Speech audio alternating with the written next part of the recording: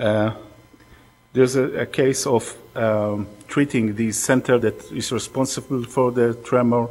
These are 2 points of sonication, of ablation, and this is what happens after a period. I won't get into it, I want to show you the results. And this is where I conclude my talk.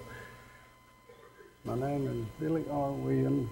I live in Fort Valley, Virginia. The tremors I have had for approximately 10 years, and they progressively got worse. But now everything has worked out fine for me. Before I had the procedure, I could not write. I could not eat without spilling stuff on me. I quit going to public places, church socials and everything. I took medicine to start with, and every 2 or 3 years they would change the medicine because, you know, it didn't work any longer. This is how we could spend pre-treatment.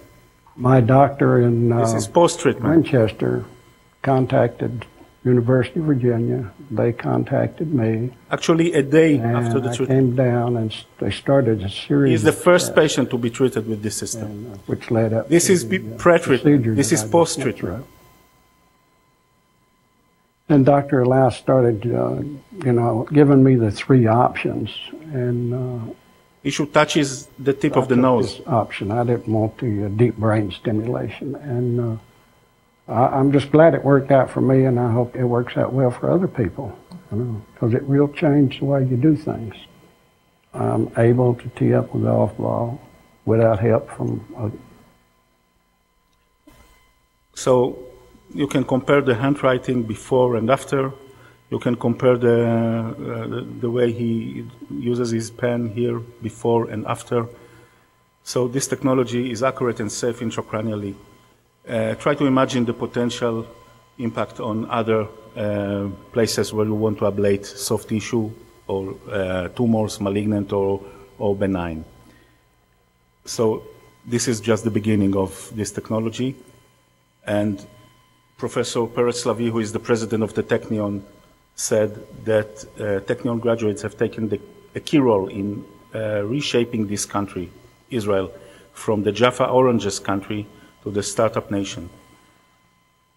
So here is the startup nation, congratulates the innovation nation, and thank you.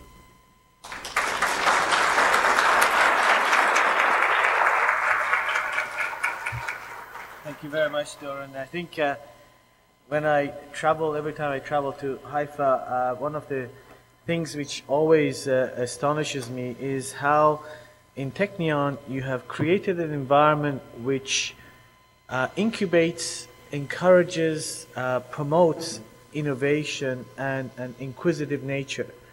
You know, sometimes our own universities, in fact, marginalize innovators because they're too much trouble. They ask too many tough questions.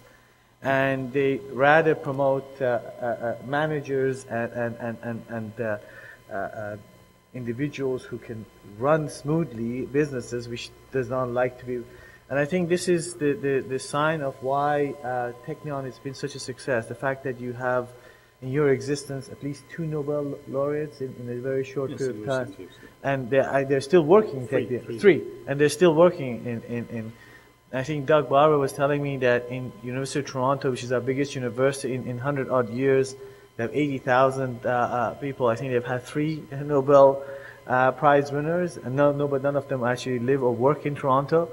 MIT, on the other hand, is 10th of the size, at least half the age, and has had over a dozen Nobel and 3 or 5 people working. And again, that goes to the atmosphere in a university that is generated, which creates that. And it's something that those of you who ever travel to Israel and have a chance of sort of going to Haifa can really experience that. And I certainly have experienced that firsthand. Any questions for Doron? Yes, Dr. Barber.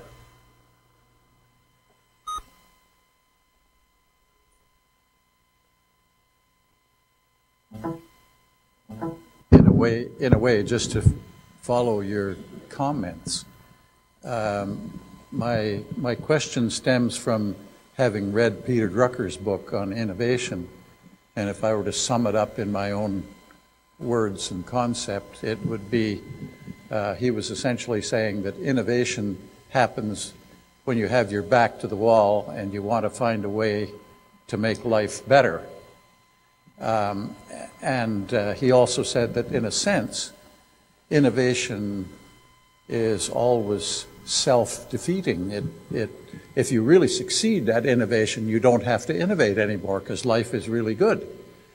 And I just wonder if you could, it seems to me as I listen to you that the culture of Israel is so radically different, I think, from Canada, where, you know, we have 10% of the natural resources of the world, and we live very well on that, and that is what we live on. And so we probably don't, and I'm asking, is it that there really is a different kind of drive there to make life better than what we have? We seem to think we're okay.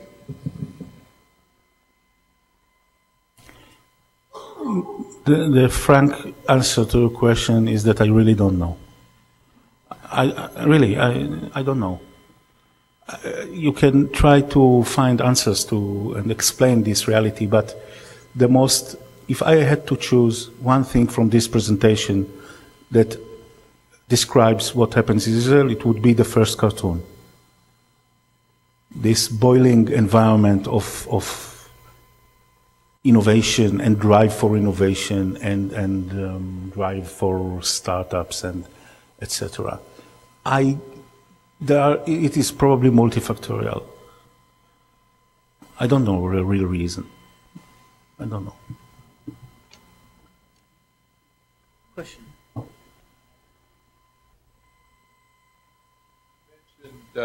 Earlier on, you talked about 6-year-olds talking on the bus and talking about startups, and often ideas for things like this start far before university. Are there any differences in your education system before university? Things that help kids kind of get involved in this kind of thing?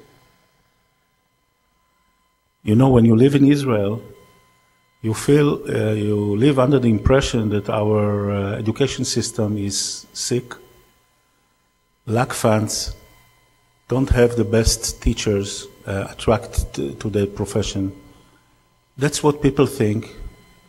And we are ranked, when you do international ranking of achievements for students in high school or in grammar school, we don't get the best results. The best results are in the Far East or somewhere else, in Finland, in different countries.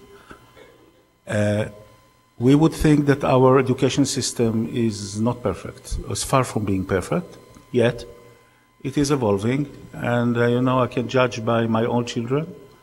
Recently, my youngest son took part in a competition of new ideas, and 34 schools were combined in this competition, and you saw hundreds of children trying to invent something. So maybe we are in the right direction in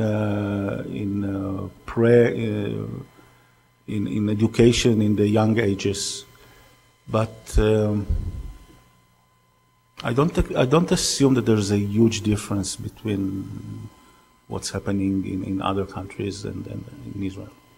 Thank you. Jordan, thank you very much. Thank you.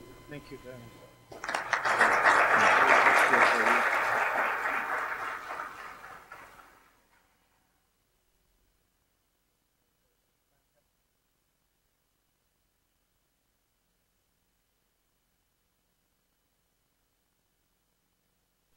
Now, coming to our two penultimate sort of